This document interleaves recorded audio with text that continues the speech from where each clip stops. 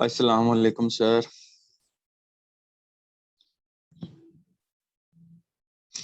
Sir वालेकुम अभी सलाम। स्टूडेंट आ जाते हैं तो फिर मैं क्लास शुरू करता ठीक है हूँ। सर। ठीक है।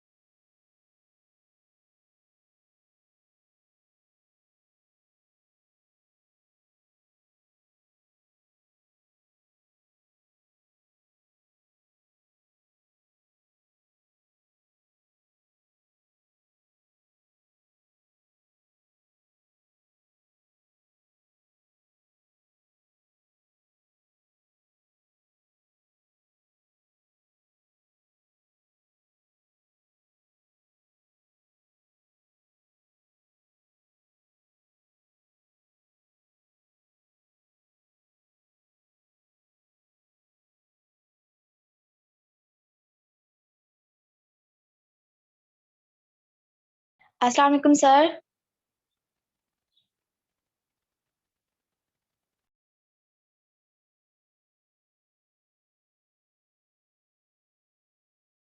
सर आपकी आवाज नहीं आ रही। Mic off.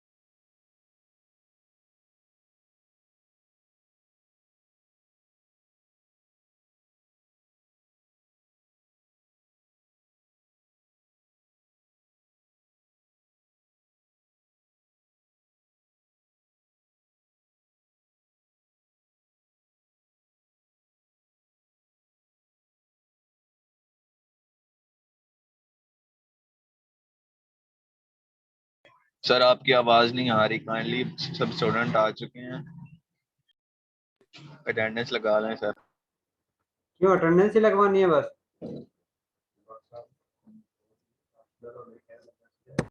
नहीं सर, एक्चुअली ना मेरा ये प्रॉब्लम था कि मैंने सेक्शन स्विच करवाया, तो मैं ये देखना चाह रहा था कि मेरा अटेंडेंस में नाम आता है या नहीं आता।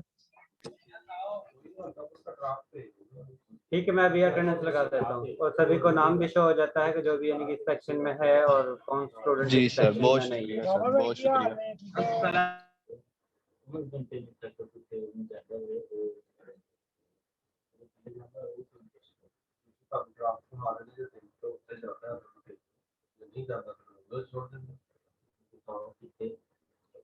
जी, पहले N1 सेक्शन के student Ali Basharat, sorry Aliza. Present sir. Ansa, present sir. Present. Barira, present sir. Maryam Mahmood, Maryam Mahmood, Marwa Abid, present sir. Mohsin Farooq, Mohsin Farooq, Mohammad Hasnain, present sir. Mohammad Rizwan, Mohammad Present, sir. Rizwan, Rizwan, Present, sir. Nadeem Hasan, Present, sir. ठीक है रिजवान हो गई है।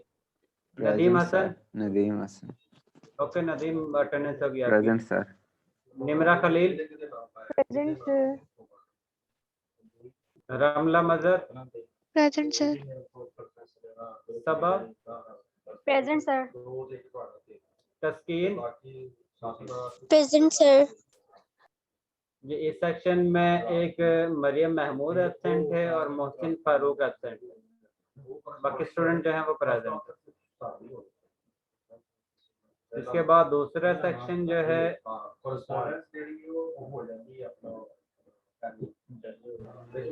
उसमें Ahmed Mujtaba, Ali Hasan, Ali Hasan, Bushra,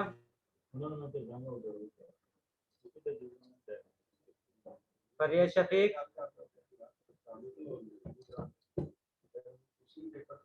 Hamza Ayub, Hamza, you present, sir. Mohammad Arif, Mohammad Ahmed Arif Arif, present, sir. Okay Arif Present, attendance हो गई है। Mohammad Irfan, Mohammad Irfan, Mohammad Irfan Wakeel, present sir. Mohammad Suhail, Mohammad Suhail Saeed, Shoaib Aslam, Present, sir. Okay Shoaib आपकी अटेंडेंस हो गई है। तौसीक हैदर, तौसीक हैदर, उस्मान सफदर, उस्मान सफदर। इस सेक्शन में अहमद मुश्तबा एब्सेंट है, अली हसन एब्सेंट है, बुशरा एब्सेंट है, फरिया एब्सेंट है, मोहम्मद इरफान एब्सेंट है, मोहम्मद सुहेल सईद एब्सेंट है, तौसीक हैदर एब्सेंट है, उस्मान सफदर एब्सेंट है।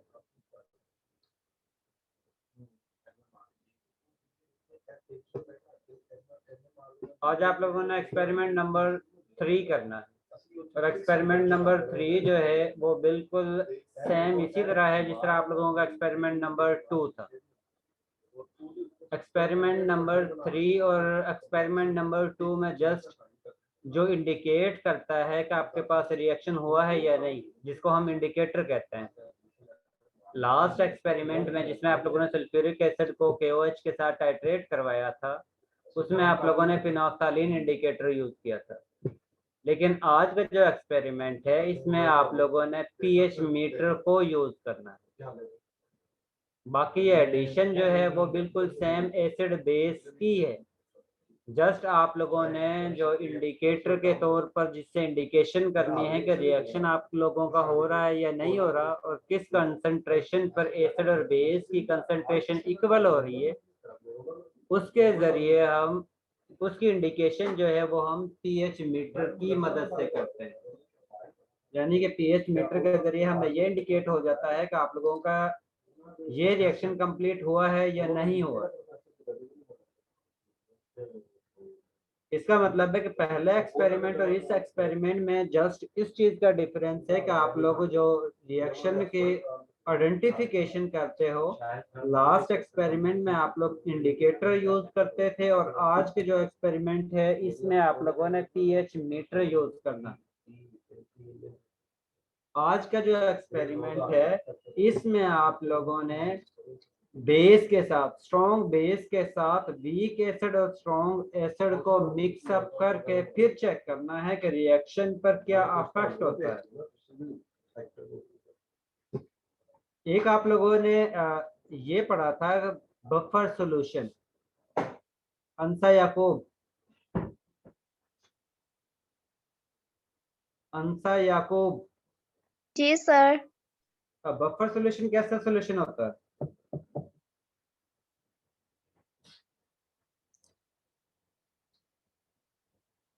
बफर सॉल्यूशन ऐसा सॉल्यूशन होता है जो अपने pH को मेंटेन रखने की कोशिश करता है। और बफर सॉल्यूशन को हम फर्दर 2 टाइप्स में डिवाइड करते हैं।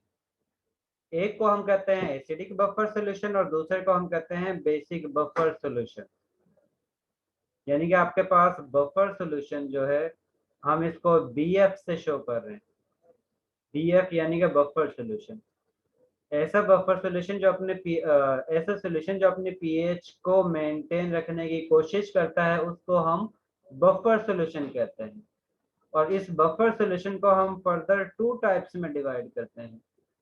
एक को हम कहते हैं एसिडिक बफर सॉल्यूशन जिसको हम ABF से शो कर रहे हैं, ठीक है। और दूसरा जो है वो है बेसिक बफर सॉल्यूशन जिसको हम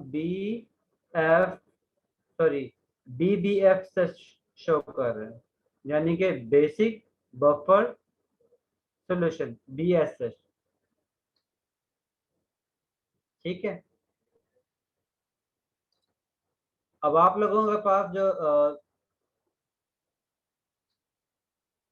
बफर सॉल्यूशन है इसका मतलब है कि वो 2 तरह का हो सकता है। एक को हम एसिडिक बफर सॉल्यूशन कहेंगे और दूसरे को हम बेसिक बफर सॉल्यूशन कहेंगे। अब इन दोनों में डिफरेंस क्या है?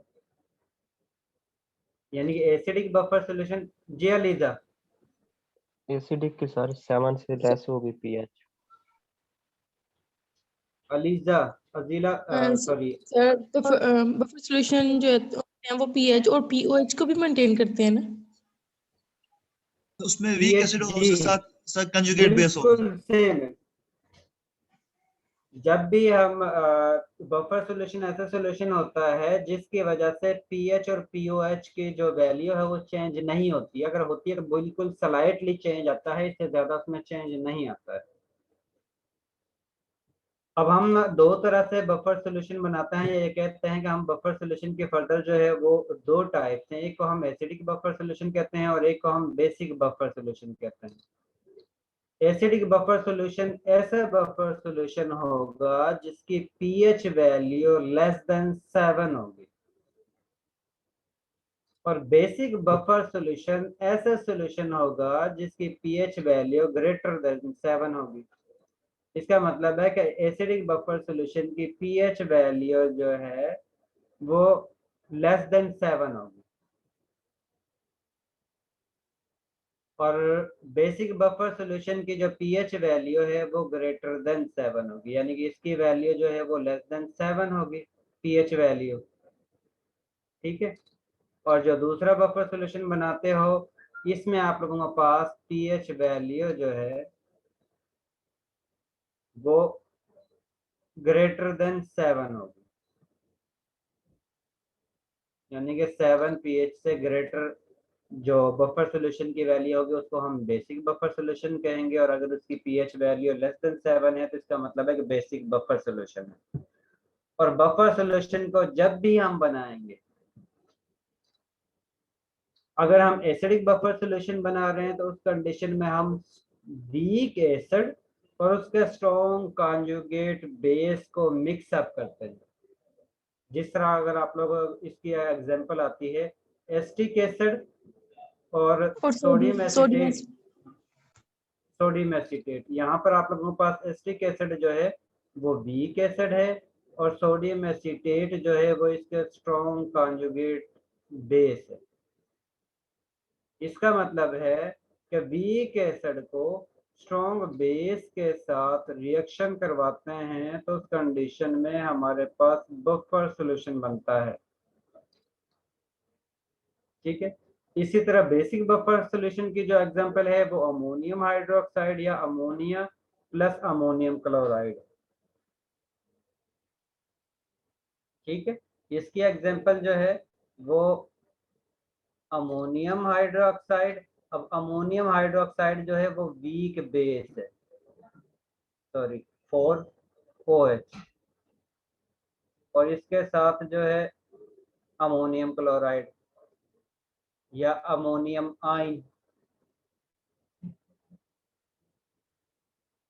इस कंडीशन में आप लोग ये चेक कर सकते हो कि एसिड या बेस को जब भी आप लोग मिक्स या बफर सॉल्यूशन को आप लोग बना रहे हो तो तो उस कंडीशन में आप लोग वीक एसिड और वीक बेस को यूज कर रहे हो, इसमें कोई भी स्ट्रॉन्ग एसिड या स्ट्रॉन्ग बेस नहीं है।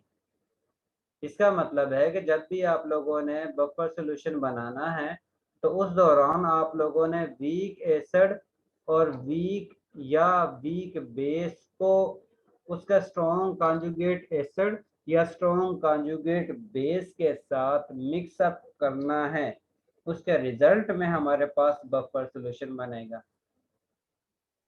अब इसी चीज को हमने साबित करने के लिए कि जो स्ट्रॉन्ग बेस है वो वीक एसिड के साथ कंबाइन करके बफर सॉल्यूशन बनाएगी या स्ट्रॉन्ग बेस के स्ट्रॉन्ग एसिड के साथ बफर सॉल्यूशन बनाती है, इसकी आइडेंटिफिकेशन हम इस एक्सपेरिमेंट से करते हैं कि इसमें आप लोगों के पास स्ट्रॉन्ग बेस जो है वो पोटाशियम हाइड्रोक्साइड या सोडियम हाइड्रोक्साइड मिलती है। मोस्टली जो गिवन आप लोगों को देते हैं वो सोडियम हाइड्रोक्साइड की बेस देते हैं, और स्ट्रॉन्ग एसिड में आप लोगों को HCl का सॉल्यूशन मिलता है, यानी कि यहाँ पर जो आप लोगों को स्ट्रॉन्ग एसिड होगा वो HCl होगा, और वीक एसिड जो है वो आप लोगों को एसिटिक एसिड होगा।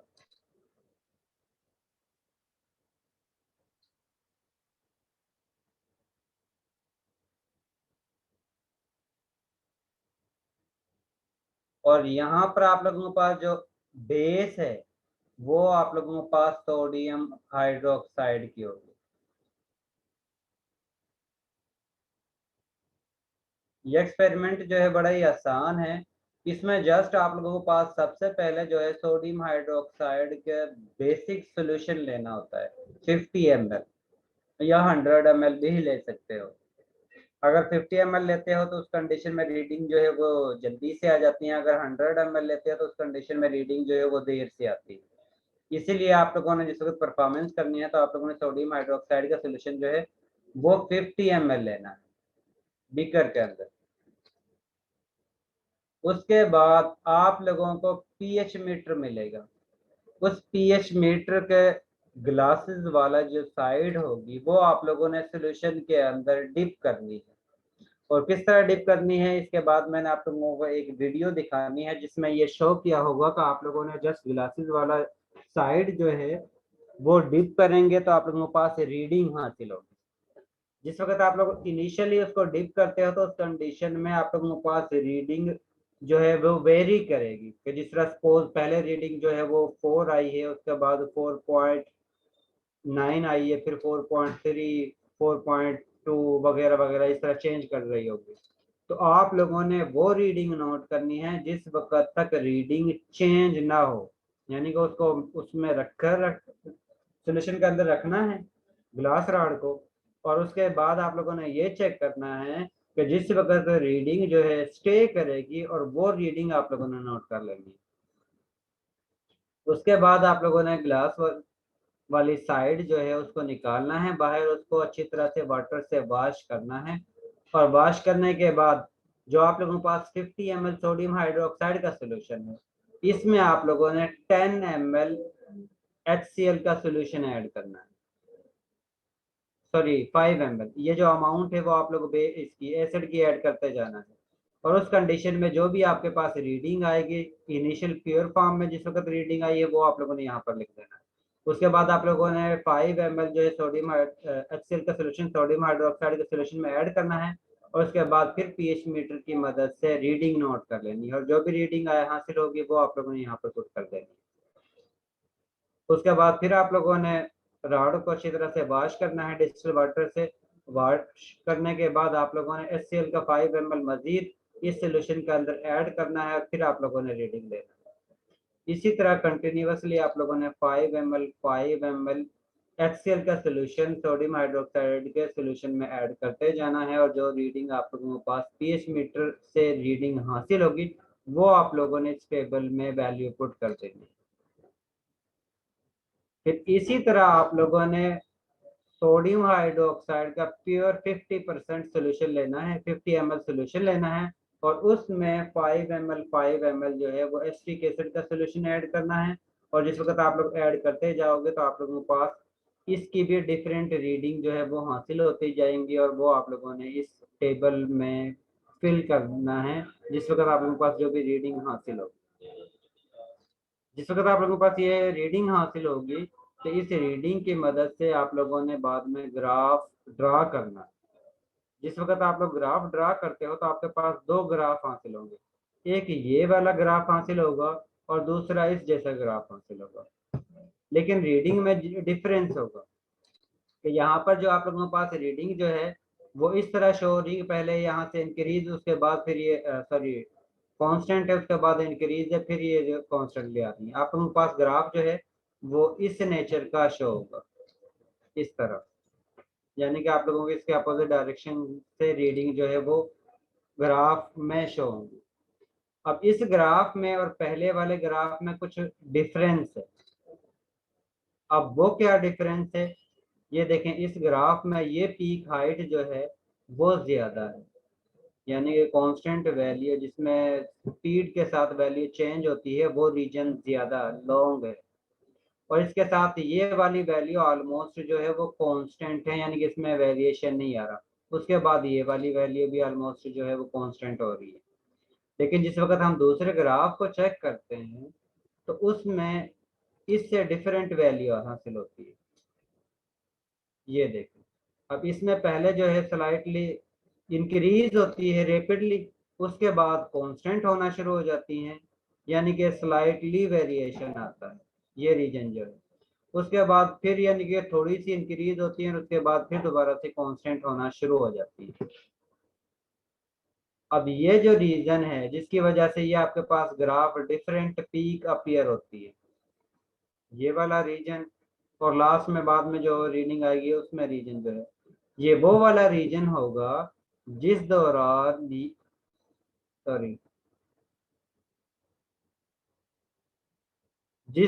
इसकी रीडिंग जो है इस सॉल्यूशन के अंदर बफर सॉल्यूशन बनता है। लेकिन अगर इससे ज्यादा आप लोग पीएच करते हो या एसिड की क्वांटिटी ऐड करते हो तो उस कंडीशन में बफर जो है वो अपनी बफर कैपेसिटी खो देता है, यानी कि अपनी पीएच को मेंटेन रखने की जो कोशिश होती है उसको खो देता है। इसी वजह से इससे मजीद अगर आप लोग वैल्यू ऐड करते हो एसिड की तो उस कंडीशन में ये इसकी पीएच वैल्यू में रैपिडली चेंज हासिल होता है।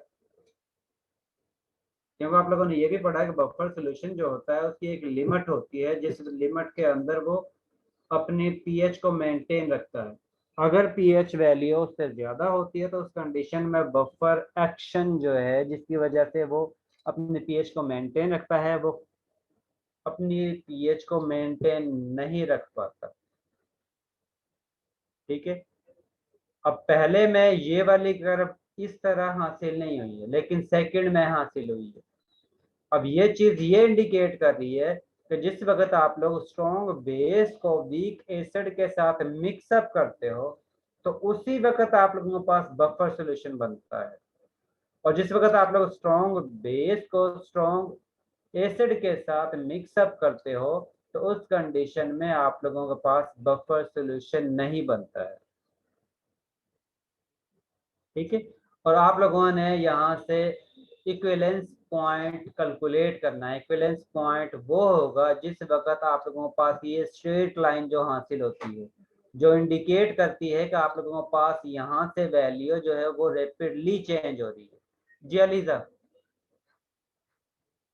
सर जब पीएच इंक्रीज हो रही है तो बाद में ये कांस्टेंट क्यों हो जाती है? कांस्टेंट इसलिए होती है कि जितनी भी एसिड की क्वांटिटी, जब भी आप लोग रिएक्शन करोगे तो आप लोगों के पास एसिड बेस रिएक्शन होना है, यानी कि जिस तरह ये आपके पास केमिकल इक्वेशन है, आप लोगों ने सोडियम हाइड्रोक्साइड में HCl को ऐड किया है तो रिएक्शन हो रहा है आपके पास सोडियम क्लोराइड और वाटर मॉलिक्यूल, यानी कि इनिशियली आप लोगों के पास 50 ml बेस थी। अब बेस क्वांटिटी आपको पता है कि पीएच वैल्यू जो है वो ग्रेटर होती है।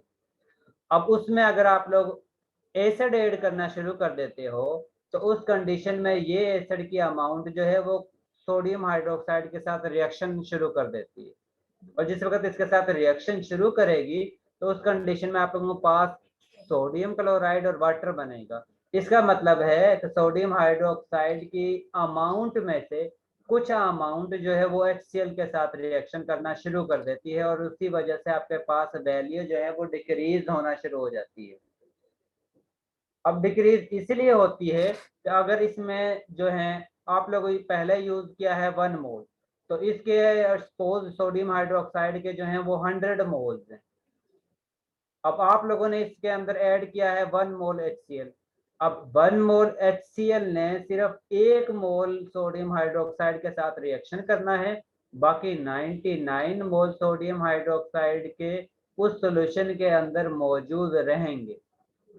और हमें पता है कि जिस वक्त HCl OH नेगेटिव आयन या H प्लस की आयन की जो कंसंट्रेशन है वो चेंज होती है, उसके बेस पर ही आप लोगों के पास pH वैल्यू जो है वो चेंज होती है।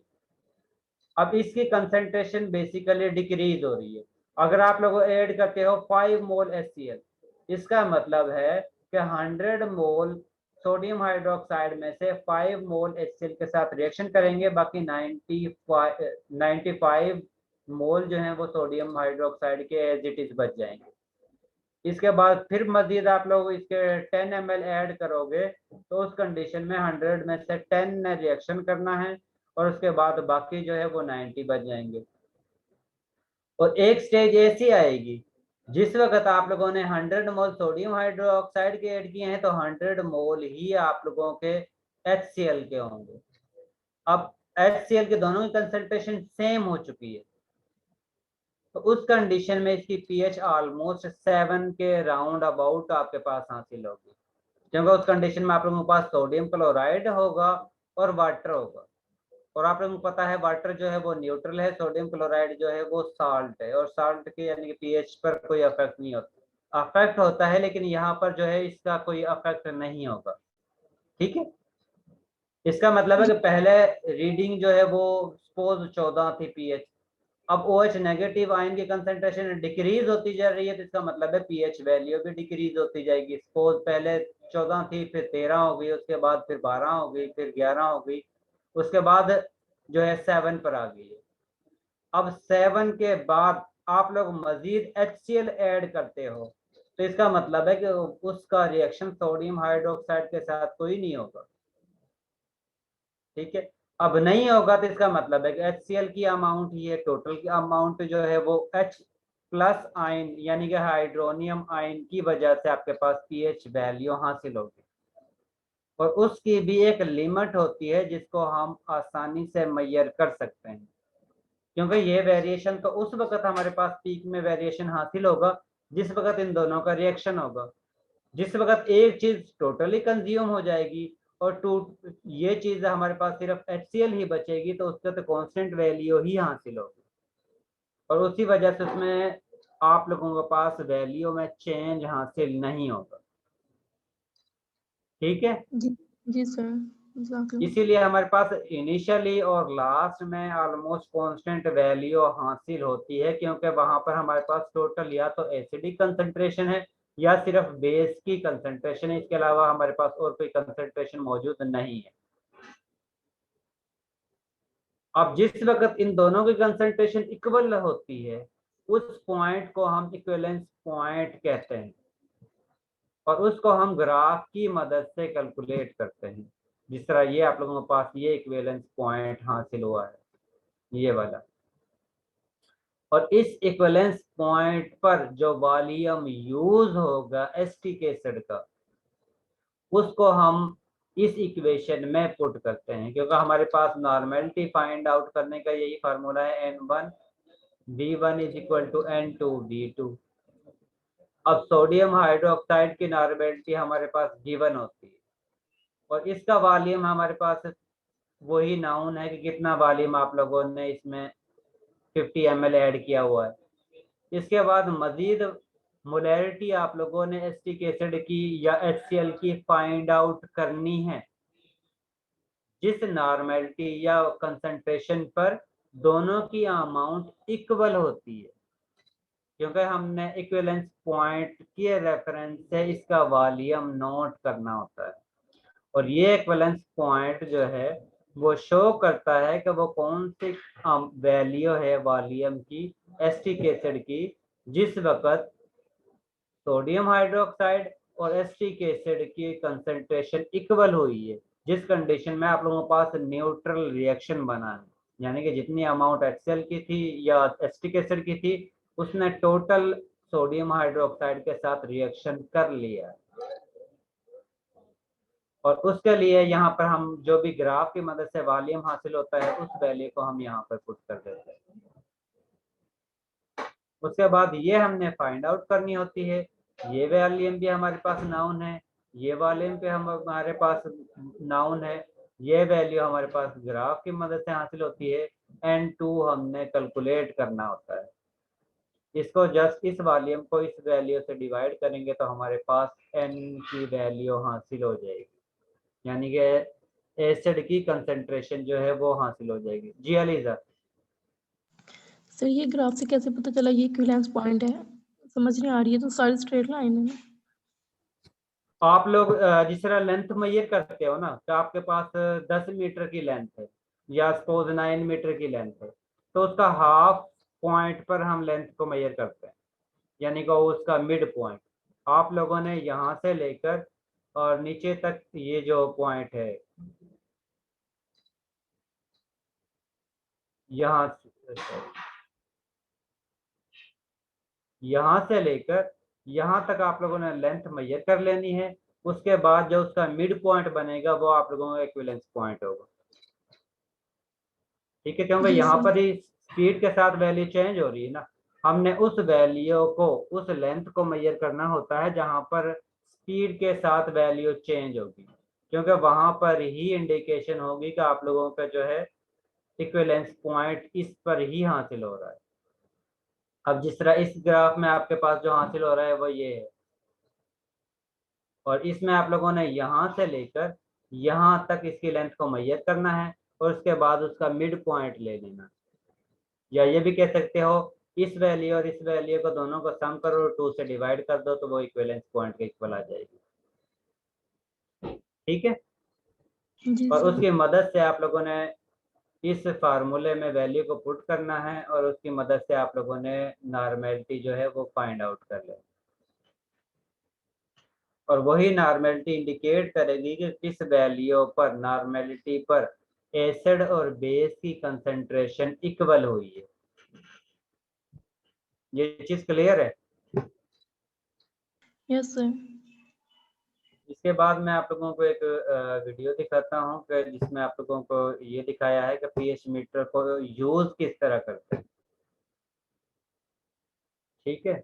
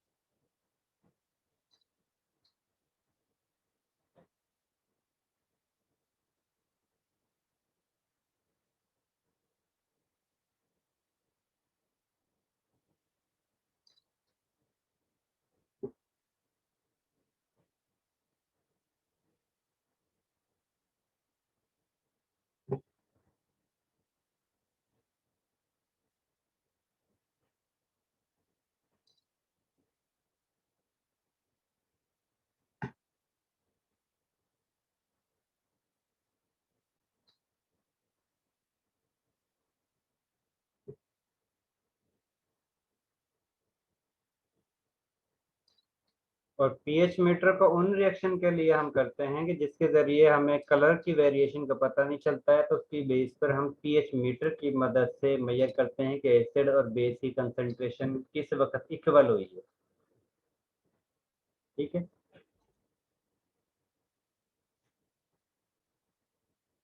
इस तरह ये आप लोगों के पास पीएच मीटर इंस्ट्रूमेंट है, क्योंकि आप लोगों के पास ये डिजिटल रीडिंग हासिल होती है। इसमें आप लोगों के पास ये सोल्यूशन है, इसमें ये ग्लास रॉड है जिसको आप लोग डिप करते हो और इस यहाँ पर आप लोगों के पास रीडिंग जो है वो अपीयर होती है। इसमें आप लोग सबसे पहले जो है न्यूट्रल सोल्यूशन को लेते हो, सोल्यूशन लेते हो सोडियम हाइड्रोक्साइड का 50 ml। उसमें आप लोगों ने इसको पहले वॉश करना है। वॉश करने के बाद इसको आप लोगों ने इसके अंदर डिप करना है। जिस वक्त आप लोग डिप करोगे तो आप लोगों के पास यहाँ पर जो है वो रीडिंग हासिल होगी, उसको आप लोगों ने नोट कर लेना। उसके बाद फिर मजीद ब्यूरेट से आप लोगों ने 5 ml इस सोल्यूशन के अंदर ऐड करना है।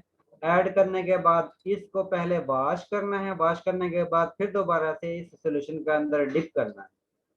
जिस वक्त आप लोग दोबारा से इसके अंदर डिप करोगे तो उस कंडीशन में आप लोगों के पास फिर दोबारा से ये रीडिंग जो है वो हासिल होगी। और जिस वक्त आप लोगों के पास ये रीडिंग होगी उसके बाद फिर मजीद आप लोगों ने 5 ml दोबारा से इसके अंदर ऐड करना है और फिर आप लोगों के पास दोबारा से रीडिंग हासिल होगी। आप लोगों ने कंटिन्यूअसली इसमें ऐड करते जाना है सोल्यूशन को और आप लोगों ने रीडिंग को इस पीएच मीटर की मदद से नोट करते जाना। हमें HCl ऐड करना है। आप लोगों ने HCl ऐड करना है और ब्यूरेट में आप लोगों के पास ब्यूरेट में आप लोगों के पास सोडियम हाइड्रोक्साइड का सोल्यूशन होगा। अगर आप लोग इस तरह करना चाहते हैं कि ब्यूरेट में आप लोग सोडियम हाइड्रोक्साइड रख लो और HCl को नीचे आप लोग बीकर के अंदर ऐड करो तो उस कंडीशन में भी आप लोग ऐड कर सकते हो। जस्ट डिफरेंस कहाँ से आएगा?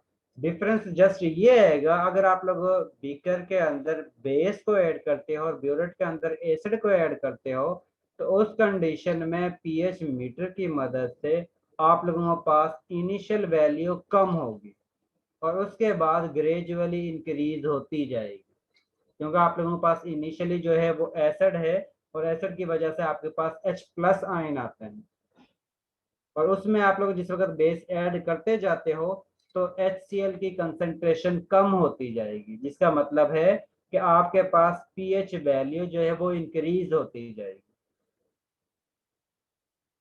अगर आप लोग इसके अंदर एसिड को ऐड करते हो तो पहले एसिड को ऐड करते हो और ब्यूरेट के अंदर बेस को ऐड करते हो तो उस कंडीशन में आप लोगों के पास इस जैसा ग्राफ होगा, यानी कि पहले आप लोगों के पास वैल्यू जो है वो कम होगी, उसके बाद फिर इंक्रीज होगी, इंक्रीज होने के बाद फिर कांस्टेंट होगी।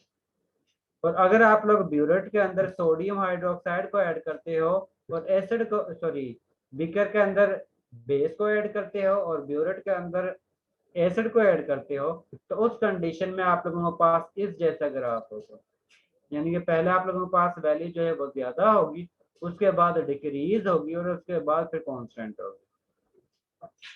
सिर्फ ये डिफरेंस है, इसके अलावा परफॉर्मेंस में या इक्विवेलेंस पॉइंट में या आप लोगों के पास जो कंसंट्रेशन हासिल होती है, नॉर्मेलिटी जो हासिल होती है, उसमें कोई भी डिफरेंस नहीं आता। ये आप लोगों की मर्जी है कि आप लोगों ने HCl को बीकर में रखना है और ब्यूरेट में सोडियम हाइड्रोक्साइड को रखना है, या फिर HCl को ब्यूरेट में रखना है और सोडियम हाइड्रोक्साइड को बीकर में रखना है। बस ये ग्राफ में डिफरेंस होगा, इसके अलावा इक्विवेलेंस पॉइंट और ये जो नॉर्मेलिटी फाइंड आउट हासिल होती है वो सेम ही होगी। तो जस्ट अगर आप लोग पहले एसिड को लेते हैं और उसके अंदर बेस को ऐड करोगे तो उस कंडीशन में आपके पास इस जैसा ग्राफ हासिल होता है, और अगर आप लोगों के पास बेस पहले है और उसके बाद उसमें एसिड ऐड करोगे तो उस कंडीशन में आप लोगों के पास इस जैसा ग्राफ होगा। ठीक है सर, अगर हम एसिड लेंगे सर फिर वीक बेस कौन सा यूज करेंगे सर? एसिड आप लोगों ने अलग-अलग यूज करना है, बेस आप लोगों की वही सोडियम हाइड्रोक्साइड होगी। एक दफा आप लोगों ने एसिड HCl यूज किया है, इसके साथ आप लोगों के पास रीडिंग कंप्लीट हो चुकी है, उसके बाद आप लोगों ने इसको रिमूव कर देना है। उसके बाद आप लोगों ने एसिटिक एसिड के सोल्यूशन को बीकर में लेना है और उसमें फिर आप लोगों ने सोडियम हाइड्रोक्साइड को 5 ml ऐड करते जाना है। ठीक है, आप लोगों ने एसिड वही यूज करने हैं, जस्ट उनकी पोजीशन को हम चेंज कर रहे हैं। HCl और एसिटिक एसिड को ही आप लोगों ने यूज करना है और सोडियम हाइड्रोक्साइड को एज ए बेस यूज करना है। जस्ट आप लोगों की ये मर्जी हो सकती है कि आप लोगों ने बीकर में HCl को लेना है या एसिटिक एसिड को लेना है, या फिर एसिटिक एसिड या और HCl को ब्यूरेट के अंदर लेना है। सर एक दफा स्ट्रॉन्ग एसिड के साथ और एक दफा वीक एसिड के साथ करना है रिएक्शन। जी, करना आप लोगों ने स्ट्रॉन्ग एसिड और स्ट्रॉन्ग एसिड और वीक एसिड के साथ सोडियम हाइड्रोक्साइड का रिएक्शन है। ठीक है, एक दफा आप लोगों ने सोडियम हाइड्रोक्साइड का स्ट्रॉन्ग एसिड के साथ रिएक्शन करवाना है और एक दफा आप लोगों ने सोडियम हाइड्रोक्साइड का वीक एसिड के साथ रिएक्शन करवाना है। और ये आप लोगों की चॉइस हो सकती है कि आप लोगों को वीक एसिड या स्ट्रॉन्ग एसिड को ब्यूरेट में लेना चाहते हो या बीकर में लेना चाहते हो। बाकी प्रोसीजर बिल्कुल सेम ही होगा, रीडिंग और नॉर्मेलिटी जो है वो बिल्कुल सेम ही हासिल होगी। बस ये ग्राफ में ये चेंज आएगा कि अगर आप लोग बीकर के अंदर बेस लेते हैं तो उस कंडीशन में आप लोगों के पास वैल्यू पहले कांस्टेंट होगी, उसके बाद डिक्रीज होगी, उसके बाद कांस्टेंट होगी। और अगर आप लोग बीकर के अंदर एसिड को यूज करते हो तो उस कंडीशन में पहले आपके पास ऑलमोस्ट कांस्टेंट वैल्यू होगी, उसके बाद फिर इंक्रीज होगी रैपिडली और उसके बाद फिर दोबारा से कांस्टेंट वैल्यू हासिल होगी। इसके अलावा इसमें कोई भी चेंज नहीं है और प्रोसीजर बिल्कुल सेम इसी तरह है कि आप लोगों ने इसको कंटिन्यूअसली रिमूव करते रहना है और इसमें 5 ml ऐड करते जाना है और यहाँ से आप लोगों के पास रीडिंग जो है वो हासिल होती जाएगी। जी, इसमें अगर किसी को कोई कंफ्यूजन है तो वो आप लोग पूछ सकते हो।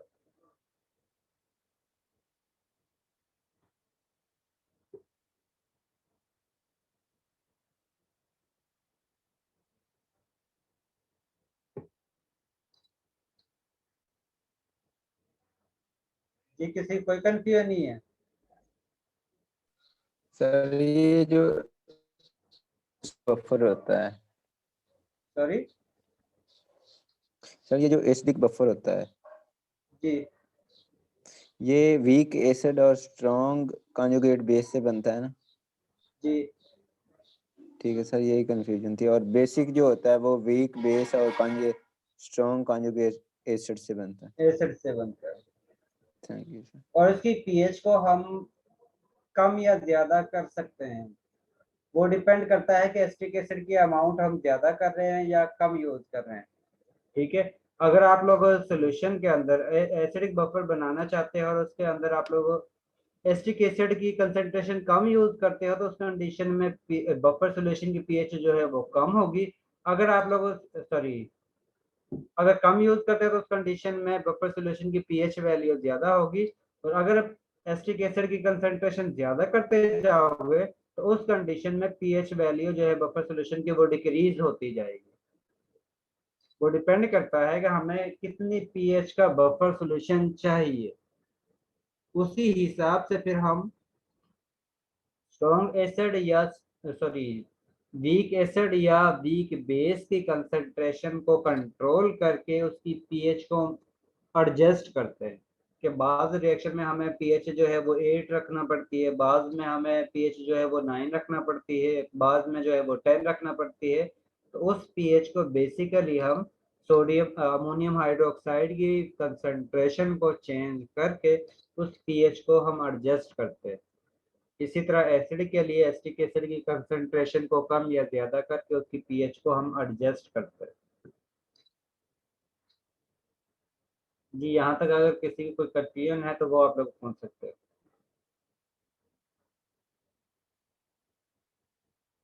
कोई कंफ्यूजन नहीं है? इसके साथ मैं ये दिखा देता हूँ किस तरह इनकी रीडिंग आती है। जिस तरह ये रॉड है, ठीक है, इसको आप लोग डिप करते हो तो इसको आप लोगों ने पहले वाटर के साथ वॉश करना है। वॉश करने के बाद आप लोगों ने सॉल्यूशन में इसको डिप करना है। जिस वक्त आप लोग सॉल्यूशन पे इसको डिप करते हैं तो उस कंडीशन में इसकी रीडिंग पहले से यानी कि वेरी करेगी स्पीड के साथ और आप लोगों ने उस रीडिंग को नोट करना है जिस वक्त इसकी रीडिंग जो है वो कांस्टेंट होगी। ये जो आप लोगों के पास रीडिंग है वो हासिल हो रही है, ये देख रहे हो रीडिंग जो है वो फ्लक्चुएट कर रही है, कांस्टेंट नहीं है। आप लोगों ने उस रीडिंग को नोट करना है जिस वक्त ये रीडिंग जो है मजीद चेंज नहीं होगी। अब पहले 7 के राउंड अबाउट थी, अब 7.17 हो गई है, 20 तक चली गई है, 21 तक चली गई है, 22 तक चली गई है, 23, 4, 5। ठीक है, तो आप लोगों ने वो वाली रीडिंग नोट करनी है जिस वक्त इसकी वैल्यू मजीद चेंज नहीं होगी। अब ये देखें, अब आप लोग इसको शेप कर रहे हैं, इसमें डिप भी किया हुआ है, लेकिन मजीद जो है वो वैल्यू चेंज नहीं हो रही। इसका मतलब है कि ये आप लोगों की फाइनल वैल्यू होगी और इसी वैल्यू को आप लोगों ने नोट करना है। और उसके बाद हर दफ़ा रीडिंग लेने के बाद आप लोगों ने इसको अच्छी तरह से डिस्टिल वाटर से वॉश करना है। वॉश हम इसलिए करते हैं ताकि इसके साथ जो भी पहले सोल्यूशन की कंटेमिनेशन होगी, पहले सोल्यूशन इसके अंदर जो मिक्स हुआ होगा वो रिमूव हो सके। इसी वजह से हम इसको वाटर के साथ अच्छी तरह से वॉश करते हैं और उसके बाद हम रीडिंग जो है वो हासिल करते हैं। और रीडिंग वो वाली हम नोट करते हैं जिस वक्त ये रीडिंग स्टे करती है, जो चेंज नहीं होती। अगर ये वैल्यू जो चेंज होंगी तो उस कंडीशन में हम उसको नोट नहीं करते हैं। अब देखें, इनिशियली जो है वो रीडिंग जो है वो चेंज होती है और हमें वो रीडिंग नोट करना होती है जिस वक्त रीडिंग जो है मजीद चेंज नहीं होती। तो इस परफॉर्मेंस के दौरान आप लोगों ने इस चीज का खास ख्याल रखना है, ठीक है।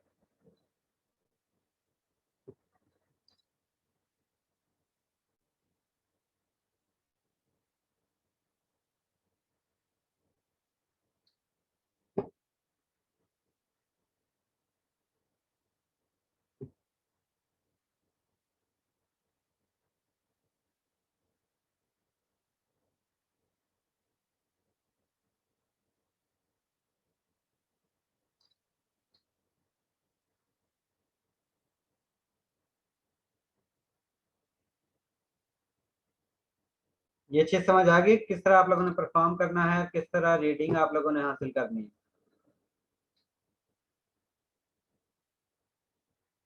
इसके अलावा अगर आप लोगों को कोई और कंफ्यूजन है इस एक्सपेरिमेंट से रिलेटेड तो वो आप लोग पूछ सकते हो।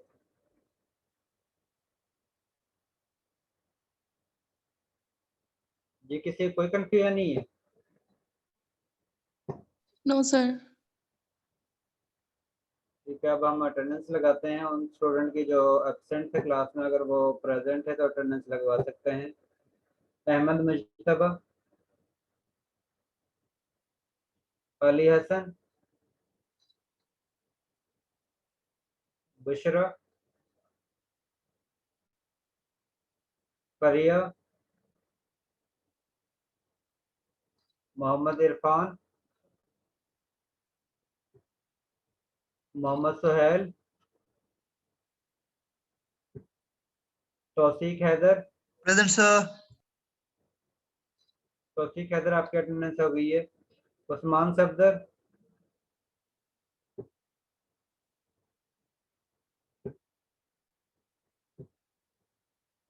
इसके बाद N1 सेक्शन के जो स्टूडेंट हैं उनकी अटेंडेंस, जो स्टूडेंट एब्सेंट है N1 में, इसमें है मरियम महमूद, प्रेजेंट सर। मरियम महमूद की अटेंडेंस हो गई है। Present sir. किसी की अटेंडेंस हो गई है? मोहसिन फारूक, N1 सेक्शन से मोहसिन फारूक एब्सेंट हैं, बाकी स्टूडेंट जो हैं वो प्रेजेंट हैं। ये इस एक्सपेरिमेंट से रिलेटेड अगर कोई क्वेश्चन का पूछना है तो आप लोग पूछ सकते हो, अदरवाइज आप लोग लीव कर सकते हो।